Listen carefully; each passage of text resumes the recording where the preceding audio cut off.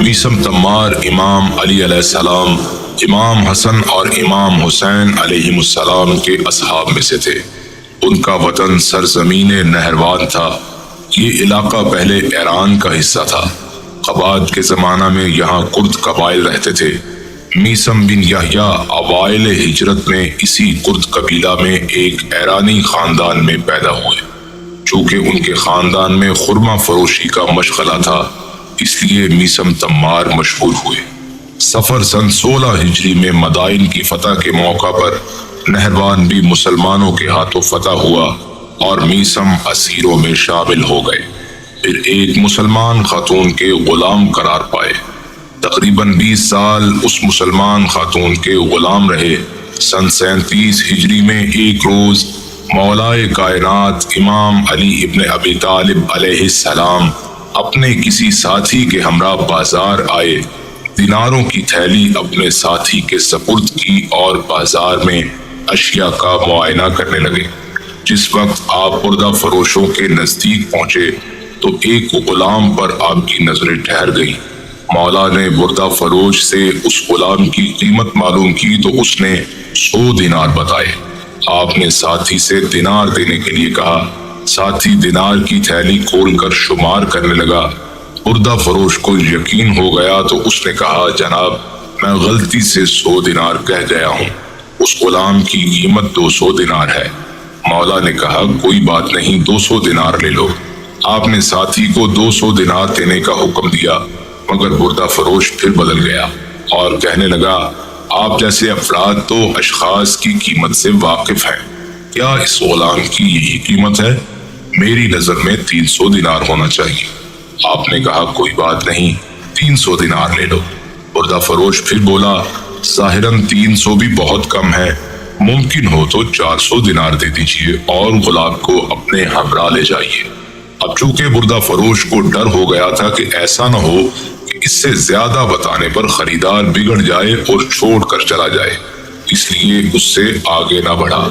مولا نے 400 دینار عطا کر کے غلام کو خرید لیا۔ اس ایرانی غلام نے عربوں کو اپنا نام سالم بتایا تھا، لہٰذا جب مولا علیہ السلام نے اس کا نام دریافت فرمایا تو اس نے مولا کو بھی سالم بتایا۔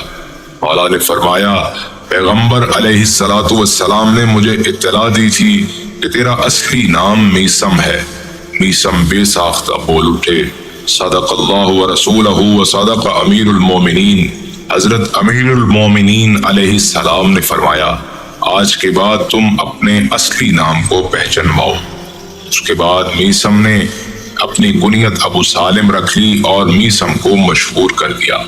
جس دن سے علی علیہ السلام نے جناب میثم کو خریدا، اس دن سے ان کو اپنے پاس رکھا اور ان کو راہ خدا میں آزاد کر دیا۔ میثم تمار نے آزاد ہونے کے بعد علوم ولایت کے خرمن سے علم و دانش اور فضیلت کی کافی کوششینی کی۔ ابن ابی الحدید اس سلسلہ میں لکھتے ہیں، جناب امام علی علیہ السلام نے بہت سے علوم میثم کو سکھائے اور انہیں اسرار سے واقف کیا۔ میثم عالم اسلام کے ایک بڑے مفسر قرآن ہیں اور تنزیل، تفسیر اور تعویل قرآن میں اس قدر متحبر تھے کہ ابن عباس جو مفسر قرآن اور علی علیہ السلام کے شاگرد تھے اور ان کی تفسیر عام و خاص کے لیے پسندیدہ تھی، جب میثم کی تفسیر و تعویل کے درس میں بیٹھے تو حکم دیا کہ ان کے لیے قلم و کاغذ لایا جائے تاکہ قرآن مجید کے بارے میں میثم کے کلام کو لکھ لیں۔ میثم نے کہا، تفسیر قرآن کے بارے میں جو پوچھنا چاہتے ہو پوچھ لو، کیونکہ میں نے قرآن مجید کی تفسیر و تعویل امیر المومنین جناب علی ابن ابی طالب علیہ السلام سے سیکھی ہے۔ اس کے بعد اپنی تفسیر ابن عباس کے سامنے پیش کی اور انہوں نے اسے لکھا۔ اس کے بعد میثم نے اپنی شہادت کی کیفیت کو ابن عباس کے سامنے بیان کیا۔ ابن عباس نے خیال کیا کہ میثم ساحر اور پیشن گوئی کرنے والوں میں سے ہے، اس لیے انہوں نے اس تفسیر کو نابود کرنا چاہا۔ میثم نے کہا، اسے اپنے پاس رکھنا، اگر میری شہادت کی خبر سچ نہ نکلی تو اسے نابود کر دینا۔ جناب امام علی علیہ السلام اور جناب میثم کے درمیان جو اخلاص تھا اس سے ان دو کے درمیان محبت و مودت کے رابطے کا اندازہ لگایا جا سکتا ہے۔ حضرت امام علی علیہ السلام میثم کی خرما کی دکان پر جاتے تھے اور وہاں پر ان سے گفتگو کرتے تھے اور انہیں قرآن مجید اور دینی معارف کا درس دیتے تھے۔ میثم نے تقریباً 4 سال کوفہ میں امام علی علیہ السلام سے علوم و معارف کا خزانہ جمع کیا اور مولا کے بے تکلف دوستوں میں شمار ہونے لگے۔ یہاں تک کہ میثم ایک دن مولا کی خدمت میں پہنچے تو دیکھا کہ حضرت محو استراحت ہیں۔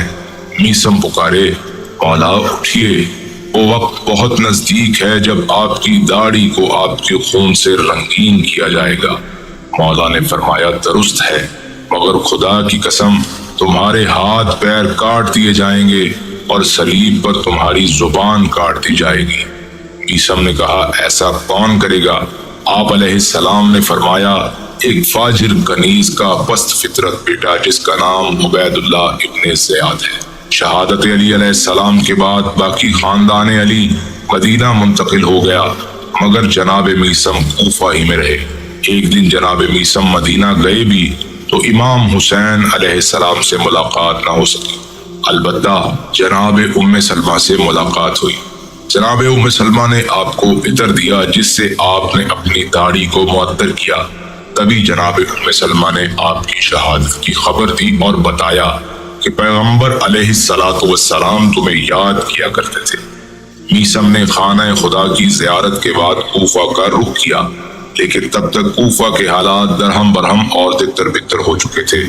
مسلم اور ہانی کو عبید اللہ ابن زیاد نے شہید کیا تھا۔ عبید اللہ ڈر گیا کہ اگر میثم کوفہ میں قدم رکھیں گے تو لوگوں کو اپنے گرد جمع کر لیں گے، اس لیے حکم دیا کہ انہیں کوفہ میں داخل ہونے سے پہلے گرفتار کریں۔ عبید اللہ کے سپاہیوں نے میثم کو قادسیہ کے مقام پر گرفتار کر کے عبید اللہ کے پاس پیش کیا۔ بعض افراد نے میثم کی طرف اشارہ کر کے عبید اللہ سے کہا، یہ شخص علی کی نظر میں سب سے محبوب تر تھا۔ عبید اللہ نے کہا، افسوس ہو آپ پر، کیا علی اس اجمی کا اس قدر احترام کرتے تھے؟ اس کے بعد کہا، کیا تم میثم ہو؟ میثم نے کہا، ہاں۔ عبید اللہ نے کہا، تیرا پروردگار کہاں ہے؟ میثم نے کہا، ظالموں کی گھات میں، اور تم ایک ظالم ہو۔ عبید اللہ نے کہا، ابو تراب سے اظہار نفرت کرو۔ میثم نے فرمایا، میں ابو تراب کو نہیں جانتا ہوں۔ عبید اللہ نے ایک بار پھر کہا، علی ابن ابی طالب سے اظہار نفرت کرو۔ میثم نے جواب میں کہا، ایسا نہیں کروں گا۔ عبید اللہ نے کہا، خدا کی قسم میں تیرے دونوں ہاتھ پاؤں کاٹ دوں گا اور تجھے دار پر چڑھا دوں گا۔ میثم نے جواب میں کہا، اس دن کی میرے مولا نے مجھے خبر دی ہے۔ عبید اللہ نے کہا، تیرے مولا نے اور کیا کہا ہے؟ میثم نے جواب دیا، انہوں نے فرمایا ہے تیرے ہاتھ پاؤں اور زبان کو کاٹ دیں گے اور تجھے دار پر چڑھا دیں گے۔ عبید اللہ نے پوچھا، کیا تیرے مولا نے یہ نہیں کہا کہ یہ کام کون انجام دے گا؟ میثم نے جواب دیا، ہاں، فرمایا کہ زنا زادہ عبید اللہ ابن زیاد یہ کام کرے گا۔ عبید اللہ شدید طور پر غضبناک اور بے چین ہوا اور میثم کے جواب میں کہا، میں تیرے ہاتھ پاؤں کو کاٹ دوں گا لیکن تیری زبان کو چھوڑ دوں گا تاکہ تیرے مولا کا جھوٹ ثابت ہو جائے۔ میثم نے کہا، میرے مولا نے جھوٹ نہیں کہا ہے، اور انہوں نے جو کچھ کہا ہے اسے انہوں نے پیغمبر خدا صلی اللہ علیہ وآلہ وسلم جبریل علیہ السلام اور خدا سے سنا ہے، تم ان کی کیسے مخالفت کر سکتے ہو؟ میں عصر اسلام میں پہلا شخص ہوں گا جس کی زبان پر لگام دی جائے گی۔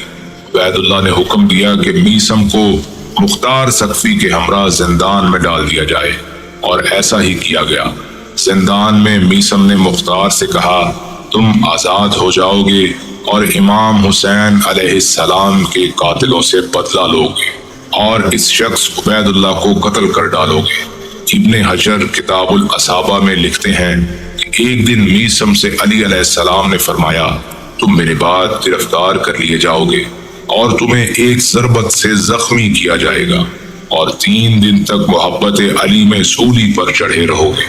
تیسرے دن تمہاری ناک اور منہ سے خون بہے گا اور تمہاری داڑھی رنگین ہو جائے گی۔ تم عمرو بن حریث کے گھر کے سامنے سولی پر چڑھائے جاؤ گے، مقتولین میں تم 10ویں آدمی ہوگے۔ ہماری سولی دوسروں کی سولی سے چھوٹی ہوگی۔ پھر 2 دن بعد آپ نے میثم کو وہ درخت دکھایا جس کی لکڑی سے بعد میں جناب میثم کے لیے صلیب تیار ہونی تھی۔ محلہ کناسہ میں عمرو بن حریث کا مکان واقع تھا جس کے سامنے خرما کا وہ درخت تھا۔ جناب میثم نے عمرو بن حریث سے کہا، میں تمہارا پڑوسی بننے والا ہوں۔ وہ سمجھا کہ کوئی مکان خریدنے والے ہیں۔ جناب میثم روزانہ اس درخت کے نیچے نماز پڑھتے تھے اور اس کو پانی دیتے تھے، یہاں تک کہ اس درخت کو کاٹ دیا گیا۔ اس درخت کے کاٹنے کی وجہ یہ تھی کہ ایک دن عبید اللہ ابن زیاد کوفہ کی طرف سے جا رہا تھا۔ جس وقت کناسہ سے گزرا تو اس کا پرچم اس درخت میں اٹک گیا اور اس نے فال بد سمجھ کر اس درخت کو کٹوا دیا۔ اس درخت کے تنے کو ایک نجار نے خرید لیا اور اس کے 4 ٹکڑے کر دیے۔ جب میثم کو اطلاع ملی تو جناب میثم نے اپنے بیٹے صالح کو حکم دیا کہ ایک کیل پر میثم ابن یحییٰ لکھوا کر اس درخت کے ٹکڑے میں گاڑ دو۔ صالح ابن میثم بیان کرتے ہیں کہ میں اپنے باپ کی شہادت کے بعد اس درخت کے ٹکڑے کے پاس گیا تو دیکھا کہ یہ وہی لکڑی تھی جس پر میں نے کیل گاڑی تھی اور وہ ابھی تک اسی جگہ تھی۔ روایت ہے کہ میثم نے تختہ دار پر بلند آواز سے لوگوں کو بلایا اور کہا کہ امام علی علیہ السلام کی حیرت انگیز اور چھپی ہوئی حدیثیں سننے کے لیے جمع ہو جائیں۔ انہوں نے سولی پہ امام علی علیہ السلام کے فضائل بیان کرنا شروع کیے۔ عمرو بن حریث نے میثم کی حق بیانی اور عوام کے ازدحام کو دیکھا تو عجلت کے ساتھ ابن زیاد کے پاس پہنچا اور اس کو حقیقت حال سے آگاہ کیا۔ ابن زیاد نے رسوائی کے خوف سے حکم دیا کہ میثم کے منہ پر لگام باندھی جائے۔ کہا گیا ہے کہ میثم تمار اسلام میں وہ پہلے شخص تھے جن کے منہ پر لگام باندھی گئی۔ ایک روایت کے مطابق عمرو بن حریث نے جو لوگوں کے میثم کے کلام کی طرف رجحان اور یزیدی حکومت کے خلاف ان کی شورش سے خوفزدہ تھا، ابن زیاد سے درخواست کی کہ میثم کی زبان کٹوا دے۔ ابن زیاد مان گیا اور اپنے ایک محافظ کو ایسا کرنے کے لیے روانہ کیا۔ میثم نے زبان کٹوانے سے پہلے حاضرین کو یاد آوری کرا دی کہ امیر المومنین علی علیہ السلام نے فرمایا تھا کہ ابن زیاد میرے ہاتھ پاؤں اور زبان کٹوا دے گا، اور ابن زیاد ملعون نے کہا تھا کہ وہ میری زبان نہیں کٹوائے گا اور میرے مولا کی پیشن گوئی کو جھٹلا دے گا، لیکن وہ اس پیشن گوئی کو نہ جھٹلا سکا۔ مروی ہے کہ میثم تمار کی زبان کاٹ دی گئی تو کچھ لمحے بعد وہ جام شہادت نوش کر گئے، اور اس طرح جناب میثم کو حب علی علیہ السلام کے جرم میں سن 60 ہجری میں امام حسین علیہ السلام کے کربلا پہنچنے سے 10 دن پہلے قتل کر دیا گیا۔ ان کا جنازہ 3 دن تک سولی پر لٹکا رہا۔ آخرکار 7 خربہ فروشوں نے رات میں سپاہیوں کو دھوکہ دے کر آپ کا جنازہ درخت سے اتارا اور دریا کے بیچ میں دفن کیا۔ آج جناب میثم کی قبر کوفہ کی مسجد کے جنوب غربی میں چھوٹے سے گنبد کے نیچے چاہنے والوں کی آماج گاہ بنی ہوئی۔ آخر میں اللہ سے دعا ہے کہ اللہ ہم سب کے دلوں میں محبت علی کو اجاگر فرمائے۔ آمین ثم آمین۔